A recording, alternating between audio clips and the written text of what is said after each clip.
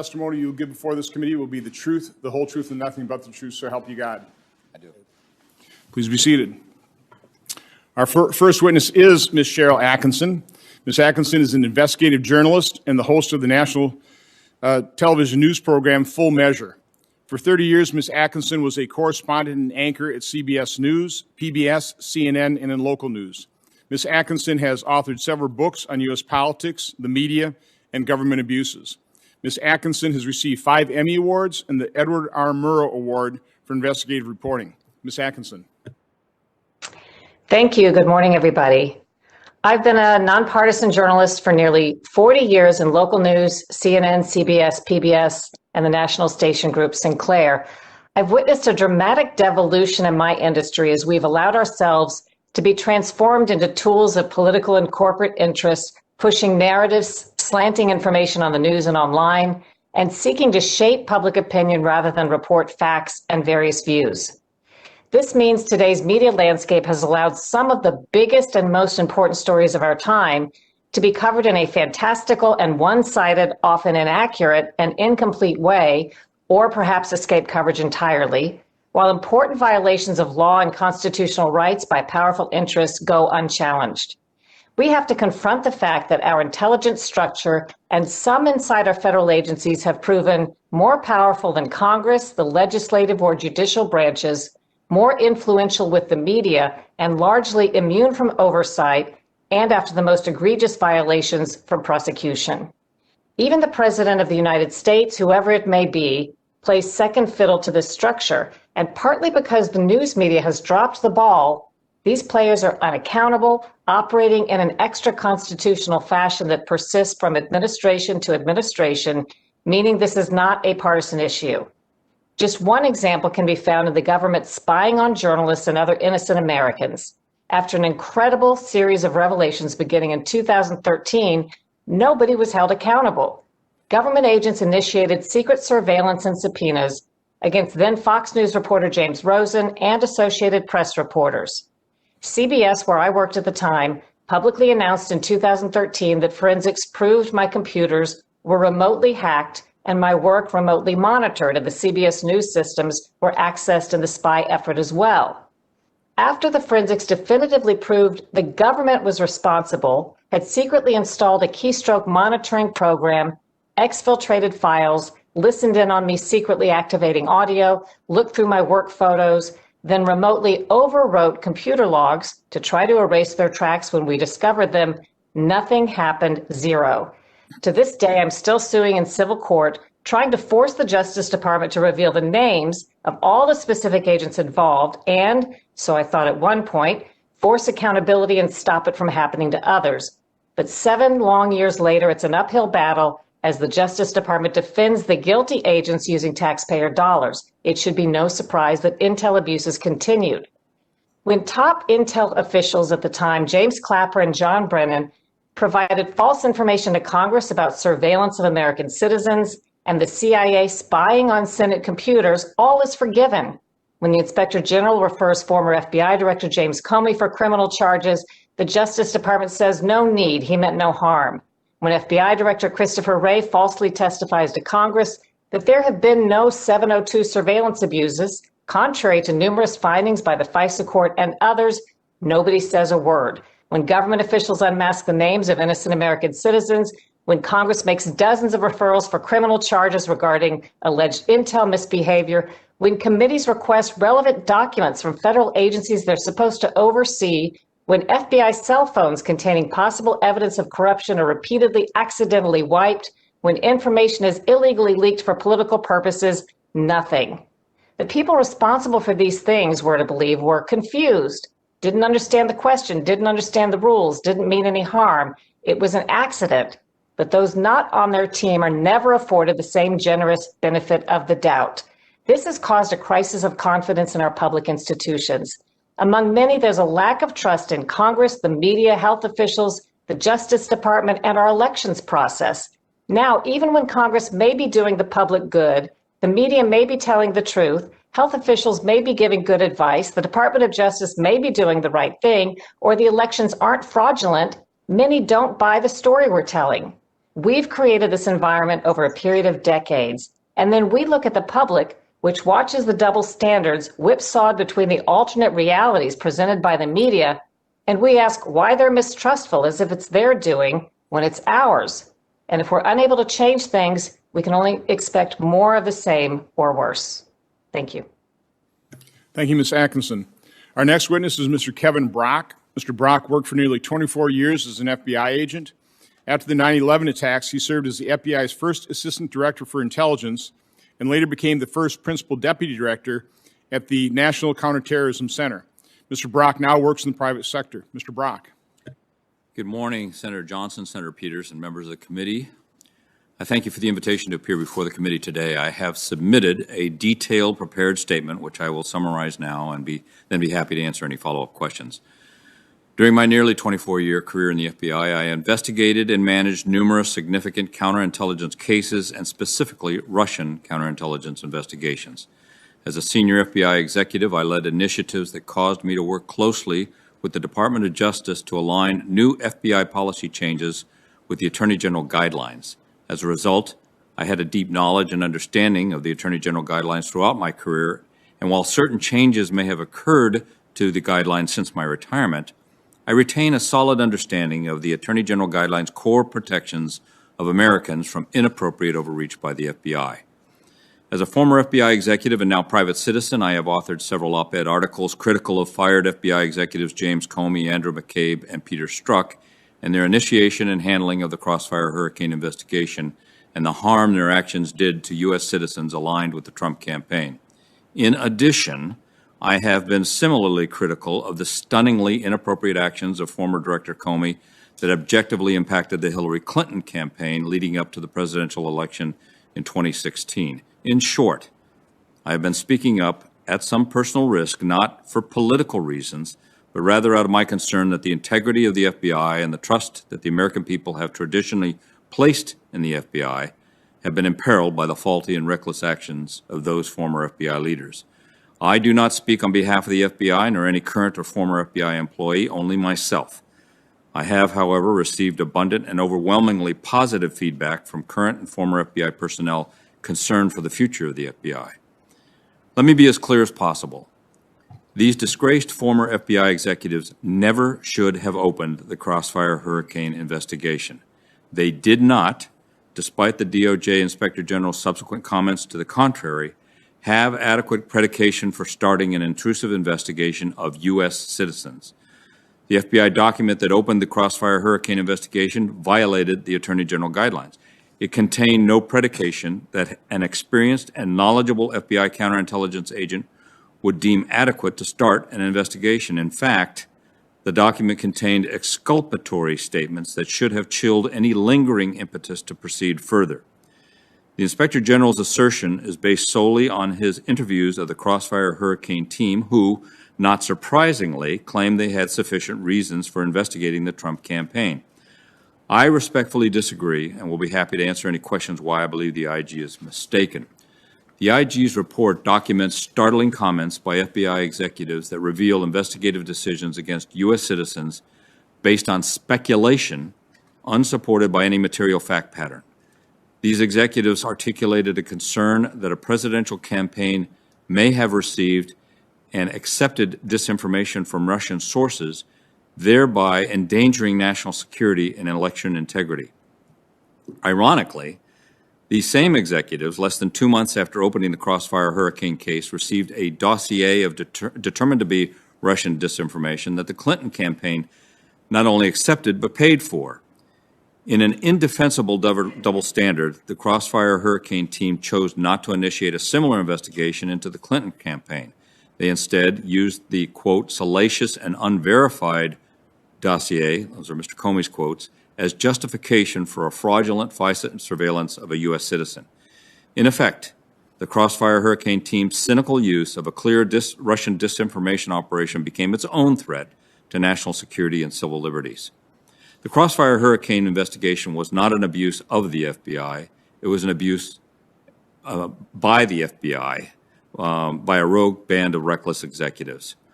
I'm sorry, I got the back. It was not an abuse by the FBI, it was an abuse of the FBI by a rogue band of reckless executives. Because of the duplicity of these disgraced former FBI leaders, many Americans have lost trust and faith in the FBI. Perhaps that is the greatest wreckage of this entire debacle.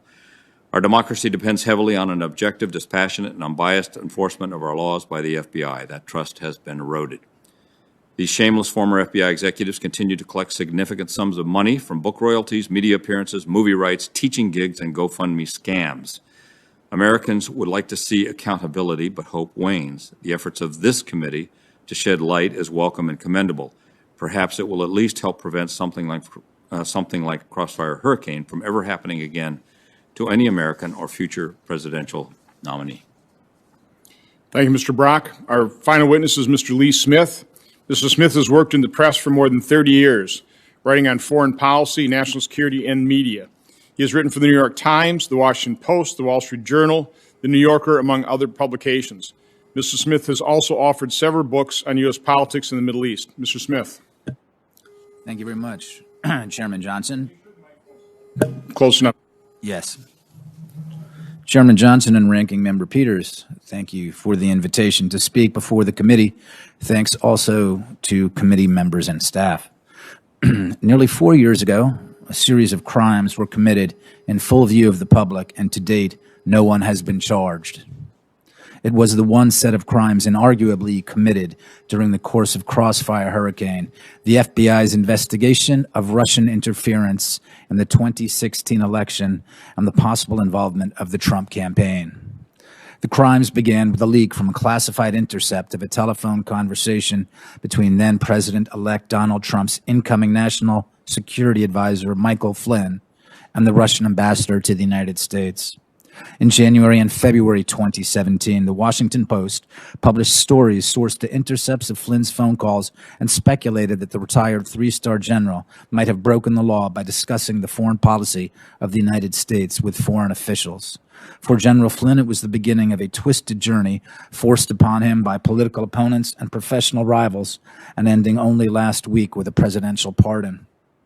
For America, those leaks are the centerpiece of one of the most remarkable crime sprees in our history. Classified information leaked serially to prestige press organizations for the purpose of prosecuting a campaign of political warfare against a sitting president. Reporters rarely, if ever, actually saw the classified documents. They relied on badly spun accounts of the documents fed to them by a circle of intelligence leakers. The classified information was used to advance the narrative that Trump had been compromised by Russian spies. U.S. officials knew not only that they were breaking the law, they also knew they were marketing a lie, and they knew where it originated. According to notes taken by former CIA Director John Brennan, he briefed then President Barack Obama in late July 2016 that the Hillary Clinton campaign had approved a plan to, quote, vilify Donald Trump by stirring up a scandal, claiming interference by Russian security services, end quote. Knowing the purpose and provenance of the story, Brennan nonetheless pushed it to senior U.S. officials as fact. He briefed then Senate Minority Leader Harry Reid on information drawn from the notorious dossier paid by the Clinton campaign. Brennan also took it to the FBI. He said that he shared that information regarding Trump aides and Russian officials with the Bureau so that they could take it. In sworn testimony before Congress in May 2017, the former CIA director said the information he gave to federal law enforcement serves as the basis for the FBI investigation. It was to lend more color and weight to the Russia smear targeting Trump that government officials leaked classified information like the Flynn intercept. None have ever been charged. The press itself was honored. The Washington Post and New York Times were awarded a joint Pulitzer Prize for their numerous stories sourced to classified information leaked to advance a fraudulent narrative. Because of its part in pushing Russiagate, American intelligence services and law enforcement authorities are regarded with skepticism, if not contempt, by half of the U.S. public. Programs like Foreign Intelligence Surveillance Act warrants, confidential human sources, and classified intelligence designed to keep citizens safe from terrorism, organized crime, and adversarial states were turned against Americans who were simply practicing their right to participate in our political process. And thus, the Crossfire Hurricane investigation marks a new, even transitional moment in our history. I lived in and reported from the Middle East for more than a decade, and the shape of the FBI and media's joint operation is unmistakable.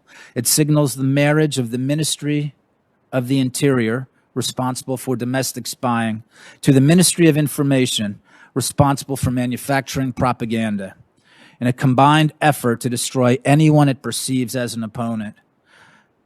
With Crossfire Hurricane, major American institutions, the press, and our intelligence community have adopted the practices and ethos of the Third World. It is not clear at present how we might return from that territory. The issue then is not simply that the press and our intelligence services have forfeited the faith of large parts of the U.S. public, but they have injected into our public sphere a conspiracy theory.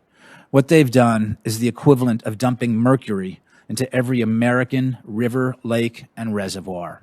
Thank you.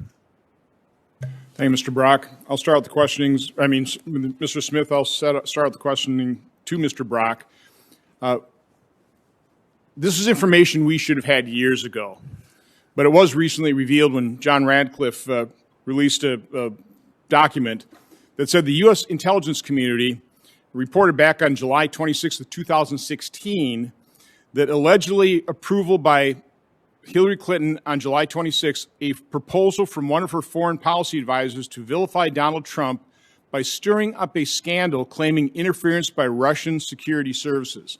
Mr. Brock, in your testimony, you talked about the unequal application or the unequal treatment by the FBI of the Clinton campaign versus the Trump campaign. To me, this is just Exhibit A in that unequal treatment. Here you have the intelligence community actually knowing that it's Hillary Clinton approving of a plan to stir up this scandal, tying candidate Trump to Russian collusion. That kind of explains the whole Steele dossier, doesn't it? And the FBI knew that that was bought and paid for by the Hillary Clinton campaign. The FBI knew that the primary subsource of that Steele dossier had been investigated by them in 2009. They knew all of this for sure by the end of January 2017, but some of this information was known in July and in October. So speak a little bit in terms of the unequal treatment of the two campaigns. And also I want you to speak to, I agree with you that this was not an adequate predicate for an investigation, okay? But speak to the FBI guidelines about continuing an investigation when you have all this exculpatory information. I think one of the... Again, get the microphone closer to your... One of the most puzzling aspects of this whole, it really is kind of a national tragedy. It's a tragedy for the FBI, certainly, as we look back and see the thin basis for launching an investigation like this. When you juxtapose the reasons that the FBI stated in their opening communication for starting up a case, and then their comments to the Inspector General later as to why they felt they were compelled to investigate the Trump campaign, they don't add up with a certain logic that should have been applied to the dossier and its connection to the Clinton campaign. If they applied the same logic to the dossier and the fact that the Clinton campaign arranged for and paid for that and received Russian disinformation, then they would have had to open up a separate counterintelligence investigation, and yet they didn't. And quite honestly, close down the Trump investigation. Well, because it was predicated on all that false information. It was predicated not only on thin information, a fourth-hand hearsay. It also, the statements that they relied on contained two exculpatory statements that, A, there was no indication that the Trump campaign received or accepted the Russian suggestion that they had information damaging to Hillary Clinton, and B, the Russians were prepared to release it no matter what the Trump campaign did or not. That is in their own opening EC. That right there for an experienced counterintelligence leader in the FBI should have been enough to say, we don't have enough to open up a case. So I want to address my next question to the two journalists. there really has been, and there is, an unholy alliance between liberals, Democrats, and the media. There is completely unequal treatment by the media, most of the media, Democrat versus Republican. Again, Exhibit A in this bias is how they treated the whole Russian hoax. And as our report showed, 125 leaks in the first 126 days that just drove this, sustained it, fueled this false narrative. I'll start with Ms. Atkinson. What duty do reporters have to reveal their sources when the sources give them false information? It's a case-by-case thing. There is no standard across our profession. In fact, one of the things I've criticized is that at the beginning of the Trump administration, many news organizations announced that they were suspending their normal ethics and standards that dictate how their news organization typically deals with things such as use of anonymous sources, that they were suspending these because they said they needed to suspend their standards to cover a uniquely dangerous president. And I've argued, and I think you've observed, that I actually think there's no more important time for us to keep our standards and ethics than when we're covering somebody that maybe we don't like or we have strong feelings about. That's what standards are for. And instead, we saw this lifting starting in the 2016 time period and this changing of everything, the way we used to cover things. And at CBS News, there were very strict rules we went by to use anonymous sources as a last resort and only with very certain and specific caveats and disclosures. All that has changed. And even, the news organizations people used to consider the top ones in the country, and if not the world. And there is no overarching body that dictates how this stuff has to be handled. Well, as I've been trying to conduct these investigations over the last 6 years, one of the things I've certainly determined is it's an inquiring press that has access to sources that won't come to Congress because they don't trust Congress to keep their identities secure, confidential. So they go to the press. So the press finds out about this stuff a lot sooner than Congress does, or quite honestly, Department of Justice officials. So I fully understand and fully support a free press and any member of the press protecting the confidentiality of the sources. But that's when they're giving them true information. Mr. Smith, is there an obligation to protect a source that has given you false information? Yeah, but I don't think it's Turn on your mic and get it close to you. Yeah, I see it a little differently. I think that what we've seen, as I tried to describe in the opening statement, is an actual partnership between the press and people who are providing false information to prosecute a campaign against the Trump administration. I'm very familiar with the left-wing bias in the media. My family, father, grandfather, great-grandfather all worked in the press. I was the literary editor at the Village Voice, which was the first alternative weekly in America, co-founded by Norman Mailer. I come from the left. I'm familiar with left-wing bias. What we've seen the last several years has nothing to do with left-wing bias. This is not about partisanship. What we've seen is something very destructive and very dangerous. And how this started was in part because of the financial collapse of the prestige press, which began with the advent of the internet.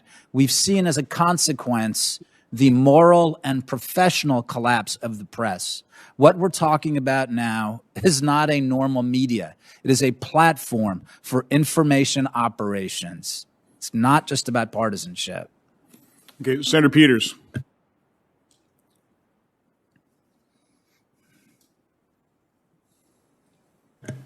Maybe he has blinked off. So I will go to Senator Langford.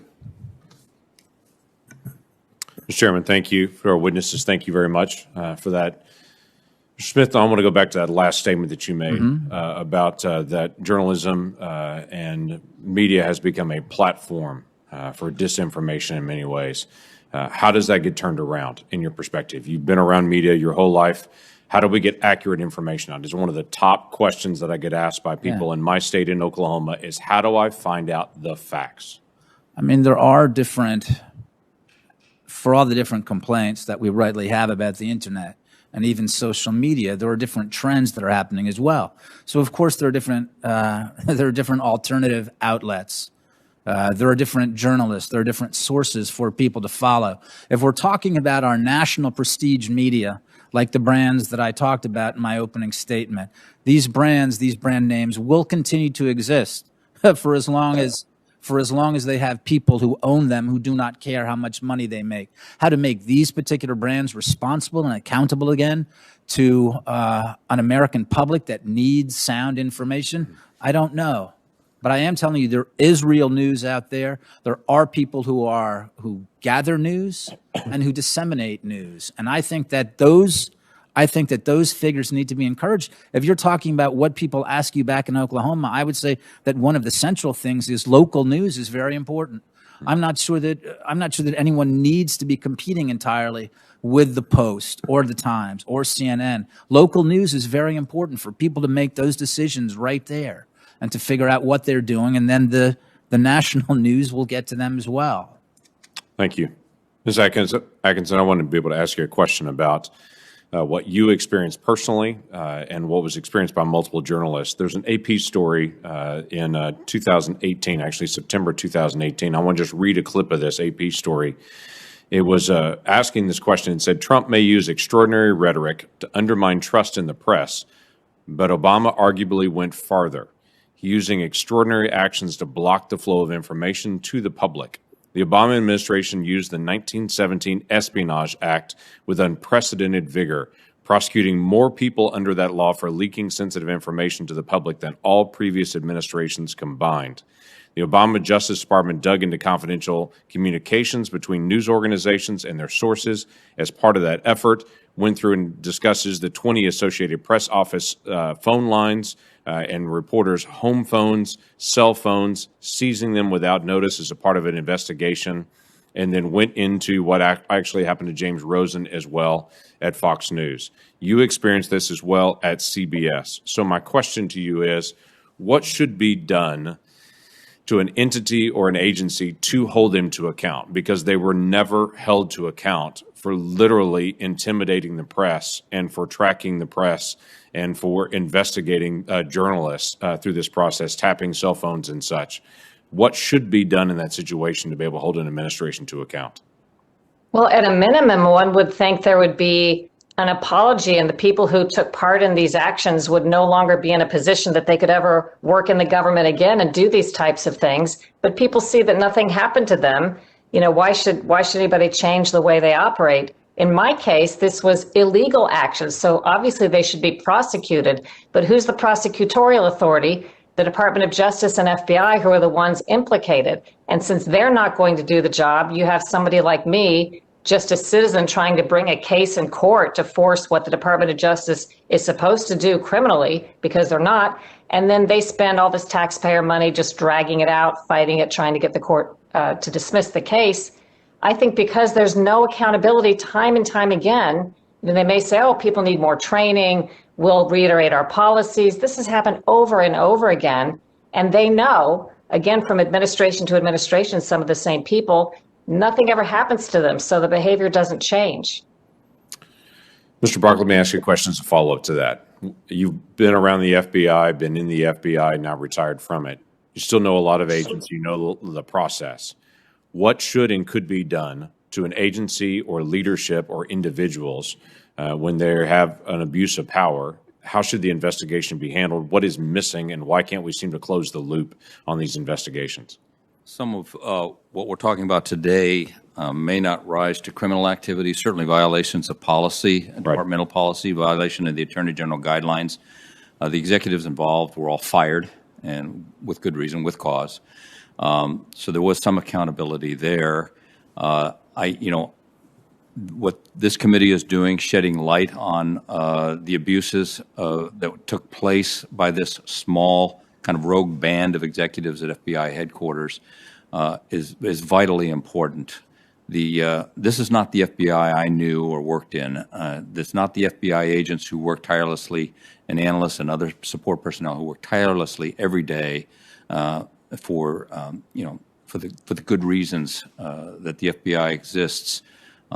This was a hijacking of the FBI Again, given respect to the Inspector General's conclusion of no bias, it's clear that there was bias involved by the text messages that were written by Peter Strzok and Lisa Page. It's clear by the statements made by former Director Comey and Deputy Director McCabe that they held a personal animus toward the president. There's no dispute on that. So this investigation was clearly a malicious undertaking. Yeah, the struggle that I have is I know a lot of great FBI agents that they're frustrated, disappointed, and quite frankly embarrassed for how leadership handled some of these investigations. They don't do it this way, and their statement over and over to me is, if I did as a line agent what James Comey did as a leader, I would have been fired and should have been fired. But they seem to be held to a different account than what leadership was being held to account in this. I do want to ask you one quick follow-up statement, and I think I know your answer on this, but I want to get clarification. James Comey said in his September 30th testimony before Judiciary that he was proud of the work done by Crossfire Hurricane. That was the investigation on President Trump, at that time Canada Trump. And for the most part, it was done by the book, was his word. And I think for a lot of us, we were most shocked by his two words, proud of it, and it was by the book. Would you agree with either of those statements? Well, I wouldn't be proud of Crossfire Hurricane. I'm proud of FBI agents, but no, this was not done by the book, not even remotely. We keep saying it over and over again. The FBI cannot walk outside the door without articulating adequate predication to be able to interview a U.S. citizen. And we should all be concerned and vigilant that the FBI adheres to those policy guidelines. And in this case, they did not. Thank you. Thank you, Mr. Chairman. Well, I want to thank you, Senator Langford, Senator Scott. I think Senator Hawley's on by remote for attending this. I think this is part of the problem. I think you all understand that I've not gotten a great deal of support for these investigations over the last 6 years. I think the attendance of this hearing shows that. And what I tried to point out with the lack of accountability of Herrick Holder being held in contempt of Congress, Congress is a paper tiger. The reason these people aren't held accountable is there's no way to hold them accountable. Who investigates the investigator? Who prosecutes the prosecutors? That is an enormous problem. And it's certainly what I've come to understand in the 6 years trying to do this, trying to get this out. Obviously, the bias in the media, the attacks that I've had to put up with. It doesn't bother me personally. It bothers me in terms of the reflection and the impact on our democracy and on our freedoms. This is serious. And yet, we've got a couple senators attending this hearing. And I've got my ranking member saying this isn't even an appropriate hearing for this committee to have. There's the problem.